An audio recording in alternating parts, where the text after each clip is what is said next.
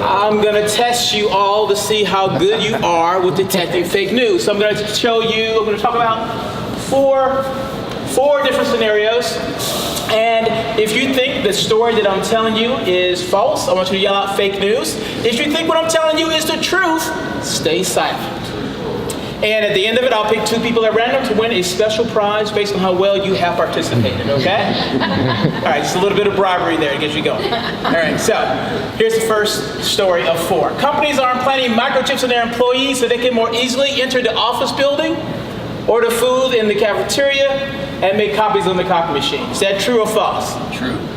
True. Or is that fake news or true? Fake news. A bit louder, please. Fake news. Fake news. I'm hearing some fake news, some true. True. That is true. There is a company in Wisconsin called Red Square Market. They take a microchip, they plant it right here between your thumb and forefinger, and it is voluntary. I'll throw it out there.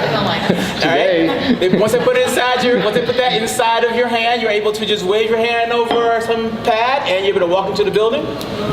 Wave your hand over a pad and order your food. Wave your hand over your pad and make some copies. Okay. Scenario number 2.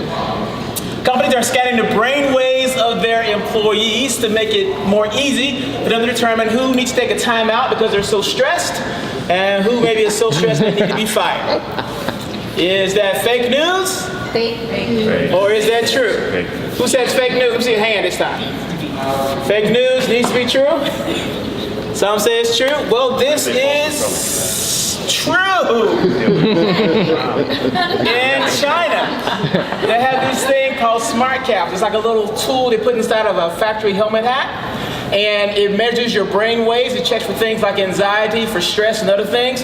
The manager's in the back room looking at a computer screen to see who's stressed, who's too stressed, and who needs a timeout, maybe who needs to go. And they make decisions on who gets stay, who gets fired, or maybe they need to make changes in the assembly line. Because it's cash. But that is all true. Right? One more. A few more. Walmart eavesdrops on customers and cashiers so they can more easily make cashiers more efficient and increase customer satisfaction. Is that fake news or is that true? True. Let me see, show of hands. Most people saying it's true. Who says it's not true? I'm curious. Fake news. Some say fake news. Well, this is false, sort of. False, but sort of. This is why I say it's false, sort of. They have a patent for it, but they haven't rolled it out yet. So this is some language from that patent, from a news article talking about the patent, rather. The freshly filed patent describes the need for sound sensors and listening to the front-end technology in the stores that can pick up conversations between employees and customers. Using these recordings, Walmart would identify employees in the audio and study it to measure their performance at the company. It'll listen for things like how long someone is talking to the cashier. They're listening to how many voices are in line so they can tell how many people are in line. They're listening to how the bag rustles on the cashier line so they'll know if the cashier is really good at putting more objects inside of the bag or if they're wasting bags but not putting enough stuff in the bag. All patented, so it's not true yet, but it is true because they have a patent that does that very thing I just described. One more for you. All right. Google monitors their employees in real time with a magic algorithm. Let's say magic. With an algorithm that encourages them to be more productive. Fake news or true? Take 5 seconds. Think about it. 3 seconds. 2 seconds. And okay. Show of hands. Who said this is fake news? Google does not have a magic algorithm. Or an algorithm, not a magic algorithm. That encourages people to be more productive. Well, this is... It's false. Sort of.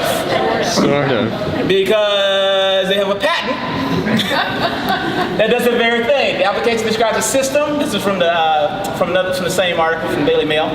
Said that it monitors, computers monitor and quantifies focus metrics that automatically offers those workers feedback that will encourage them to change their work patterns to maximize productivity. Blah, blah, blah, blah. What does that mean? Okay, let's say that you are working for Google and the system says, hey, dude, you watching those ESPN scores a little bit too much. and you are looking up too many Game of Thrones tweets, and you're checking out The Bachelorette a little bit too much. So a little window will pop up. Is that really a productive activity? Maybe you should go back to work. Patented. All right. So when you see all this kind of stuff going on, you might be a little weirded out, but I gotta tell you, this is good. This is why it's good. Because it increased workplace efficiency. If the workplace is more efficient, then it's going to be higher productivity, resulting in higher profits. You have higher profits, you can hire more people. And if you're monitoring people with these smart cap helmets like you do in China, then you're able to keep a gauge on the stress level, so you're able to make changes in the workplace so people will be a little bit less stressed. If people are less stressed at work, they'll be less stressed at home and in the environment. So they're big for a better society, right? That's certainly one way to look at it. Another way to look at that is all that is bad. I say all that is bad because it's working with Big Brother.